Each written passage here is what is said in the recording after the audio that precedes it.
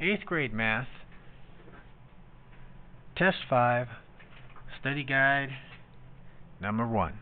Alright, so we got a football team who's on the 15-yard line. So we have two options here. So a football field goes like this, right? The end zone here where you score, past that, once you hit that end zone, that's a 0, right? In the middle, you got a 50, okay?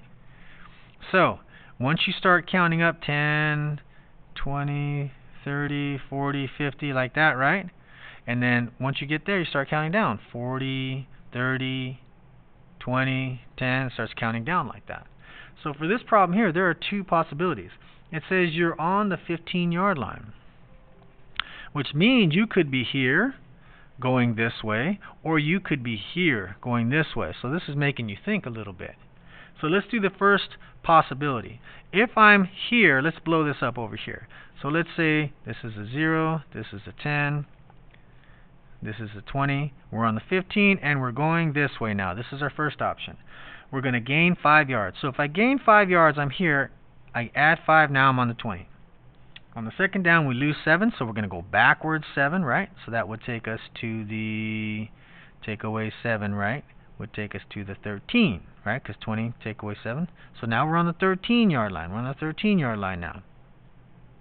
And then it says you gain 4 more. So from the 13, you're going to go back this way 4 more. So if I add 4 more, I'm on the 17-yard line. So one option is we're on the 17-yard line if we started here. But what if we started over here? This is a possibility too. If I started over here, then let's go ahead and blow that up. See what that looks like. Okay, this is a 0. This is a 10. This is a 20. We can keep going this way if we need to. But we're going to start on the 15, and now we're counting down, going this way, trying to get to the end zone, to the touchdown there. Okay, so it says we start out on the 15. We're on the 15 right now. And you gain 5. So that means I'm going to go this way 5 yards. So I'm on the 10 now. Okay, instead of counting up, I'm counting down. On the second down, you lose 7. So we got to go back this way 7. But look, now I'm counting back up 7, right? So if I'm going to count back up 7, now I'm on the 17-yard line, right? And then it said on the third down, you gain 4 more. So now I'm going back this way 4 more, which means I'm trying to get back to 0. So I subtract 4 from 17, and I'm on the 13-yard line. Say I go back this way to the 13-yard line. So my two options are either I'm on the 17 or the 13, depending on which part of the field we're on, and the problem didn't state. They made you think, right? So our answer options were one option is 17, another option is 7, or 9, or 10. Well, 13 is not on there, so the only option is 17-yard line. Next problem, number 2. We're going to simplify 2 3/10 minus negative 4 1/10 times negative 2. Alright, so we're going to multiply before we add or subtract. Remember, we pretend there are no decimals when we're multiplying, and there are decimals involved. And then I count up how many decimals. There's 1, 2, and there's none in this number, so I add a total of 2 decimal points. So I go here, I go 1, 2, so I have 8.02 now. But I got to do my sign, right? Negative times negative is positive. So I have 2 3/10 minus, these two together are 8 2/100. So I do add the opposite. Now I do team since I made it addition. 8 2/100 is on the negative team, 2 3/10 is on the positive team. Opposite teams mean subtract. This is where I line my decimal up. Not when I'm multiplying, but when I'm adding. So I line up my decimal, drop it down, put a placeholder. 0 take away 2, 2 take away 0 is that. And 0 take away 3, you can't do that, so I have to borrow. And I get a difference of 5 72/100. But I ask myself, who has more? So it's negative 5 72/100. Always check your answers as you're going along, make sure. Okay, next problem, number 3. So number 3 we have, we're going to simplify 2 times 3 times 3 times 5 over 5 times 7 times 3 7s and 2 times 7 7. So let's just start crossing out our 1s here, right? 5 over 5, got some 7s here, got another 7 right there, got some 2s, nothing left on top to cross out or bottom. Okay, so I just multiply these two. 3 times 3 is 9. So number 4, we have negative 5 minus negative 3 minus 6. So I do add the opposite. Whenever there's subtraction, I never change that front number. And then I just do teams. It's 5 negatives, 3 positives, 6 more negatives. I have a total of 3 positives and 11 negatives. The difference between those two is 9 because opposite teams subtract, but I ask myself who has more. There are more positives than more negatives. That's why it's negative 9. Which one am I on? Number 5. Negative 3/5 times negative 5/12. I'm multiplying, okay? So, first of all, you can do the signs right away if you want. Negative times negative is positive. Or you can factor out the negative. Either way is okay. So I'm going to do negative times negative is positive and say, okay, I'm not going to worry about the sign anymore. I already did it. Now, 5 is prime. 12 is 4 times 3. Cross out my 1s. When there's nothing left on top, there's still a 1 there. Number 6. 1/4 divided by negative 1/3 is 1/4 times the reciprocal. Negative 3/1. Remember, when you have a negative, just put it up top. Now, if I do my factor trees and cross out my 1s, I'll be done. However, I know 2 times 2, there's going to be nothing in common, so I'm just going to multiply these 2 and call it good. That's supposed to be a box. Negative 3/4. Problem number 7. 1/9 plus 1/3. We need a common denominator. We need the same size pieces, right? Or else we can't add them together. So I got 3/9, which is the same as 1/3. Now that they're ninths, I carry the bottom number over and I add the numerators. Check to see if you can reduce that. If you can't, you're done. Always check your answer, right? So look over. As soon as you're done, look over. If it's wrong, do it again. Make sure you get it right. Number 8. We're going to write 2.35 as a fraction. So let me read that to you. That's 2 and 35 hundredths, right? Hundredths. So then I write it as a fraction. Now I convert it, and I have 100 times 2 is 200. 200 plus 35 is 235 over 100.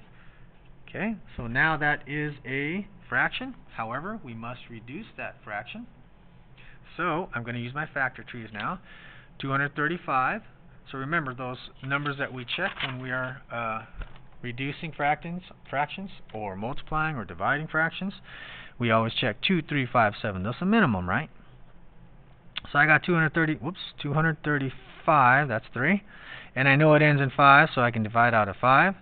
So I say 5 times what is 235? I go over here and I divide. And I get 47. Okay?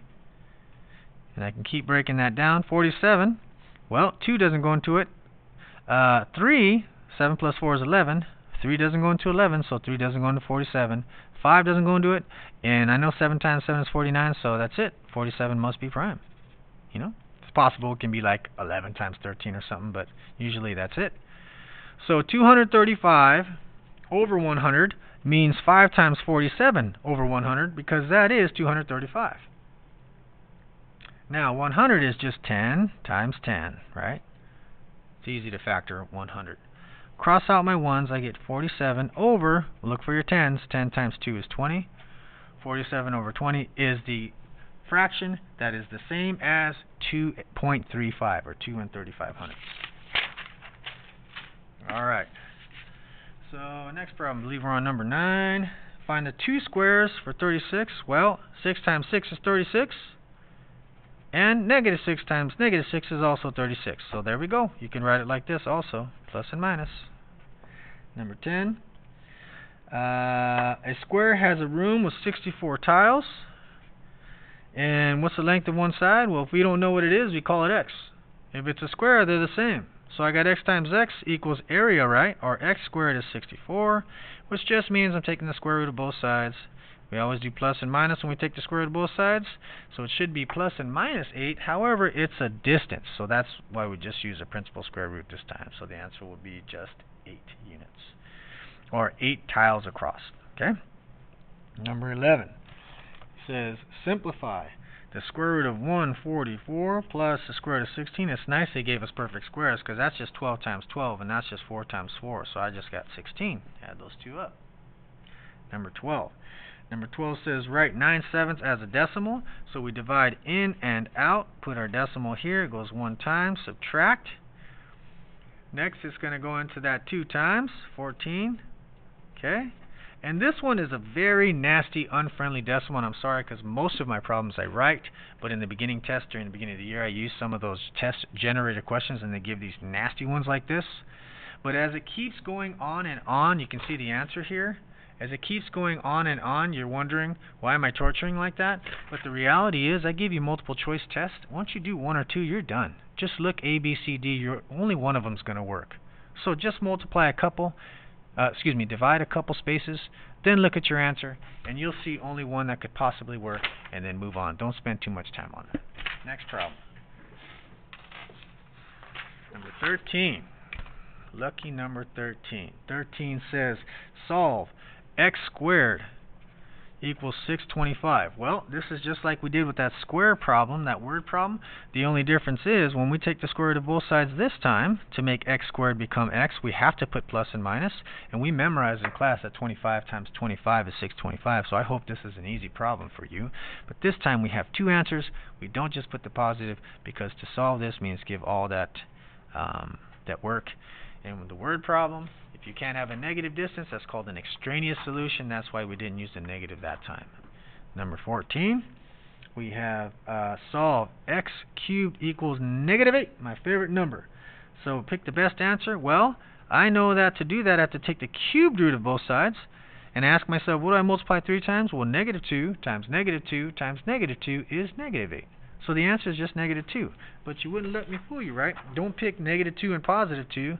This is not the plus and minus ones, right? That's just for the squares, not the cubes. Again, squares, you got plus and minus. Cubes, you do not. 15. Between which two integers is rad 231? Well, we narrow that down, right? 10 times 10 is 100. 20 times 20 is 400. Well, I know it's in between those two. But wait, we memorized in class. 25 squared is 225. That's real close. So let me just guess, 16 times 16, okay? Now, hold on, let's see here. 16 times 16, I'm going to do 36 times 1. That's 15, 256. Okay, so 225 is too big. That's a perfect square. 256 is consecutive. It's right after 15 times 15 is 16 times 16, right? 15 and 16. So the square root of 231 is in between the perfect square, 225, and the perfect square, 256, which means the square root of 231 is in between these numbers, 15 and 16. So 15 and 16 are the answers. Check our answers over here. Okay, that's the two that it's in between for number 15, and that's all we had to do. So, moving on. Because sometimes they tell us which one is it closer to, or round it to the nearest tenths, right? But for that problem, we're finished. Alright, so number 16 says, here's a case in point. It says, between which two integers, for number 16, is this number? Okay, so first of all, keep in mind it's a negative. Alright, so let's do the same thing. I know 10 times 10 is 100. 100 is too big. 11 times 11 is 121. Okay, so the square root of 112 is in between these perfect squares, 100 and 121, right? That's 11 times 11, 10 times 10. But these are negatives. So when they're negatives, the bigger they look, the smaller they are. It's the opposite, right, of what we think. That's what negative means, opposite. So it would be in between these two perfect squares, right? Believe it or not, negative 10 is actually bigger than negative 11. So we write the smaller number first. Number 17 says, what is rad 95 to the nearest tenth? Well, rad 95, square root of 95. Let's see. Let's find the two perfect squares that's in between, okay? Let's see, 9 times 9 is 81. Ooh, and 10 times 10 is 100. Found it. Okay? So it's in between 9 and 10, right? But we got to ask ourselves, which one's it closer to? We got to look at the perfect squares, not at the integers. So which perfect square is it closer to? So the difference between 95 and 81, well, that's like, what? I get to 10 would be 91. 4 more, so that's like 14, right? Okay. Over here, this is only like a difference of 5. So I'm looking at those two, and I'm saying, well, it's really close to this one. So it's like closer to 10. So if you're on a number line, here's 9 and here's 10. Right? This is going to be 9.5. This is going to be 9.9. This is going to be 9.8. This is going to be 9.1. Right? If you're closer over here, then you're going to be like either 9.7, 9.8, or 9.9, right? But it's 5 away, so maybe 9.7 or 9.9. That's enough to get this right.